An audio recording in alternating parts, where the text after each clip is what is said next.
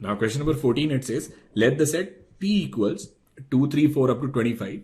For each K in this P, define a set Q as a function of K, which consists of all the elements X in this set P such that X is greater than K and K divides X. So that means it will have all the elements which are divided by some number which is less than the given number. So that means this QK, it will have all the set of composite numbers. So say for example, if we'll suppose take K as 2. So that means in this Q2, we'll have all the elements X belongs to P such that X is greater than 2 and then 2 divides X. So that means it will have all the even number elements 4, 6, 8 up to 24. So that means in this set we'll have all the numbers which are divided by some previous number.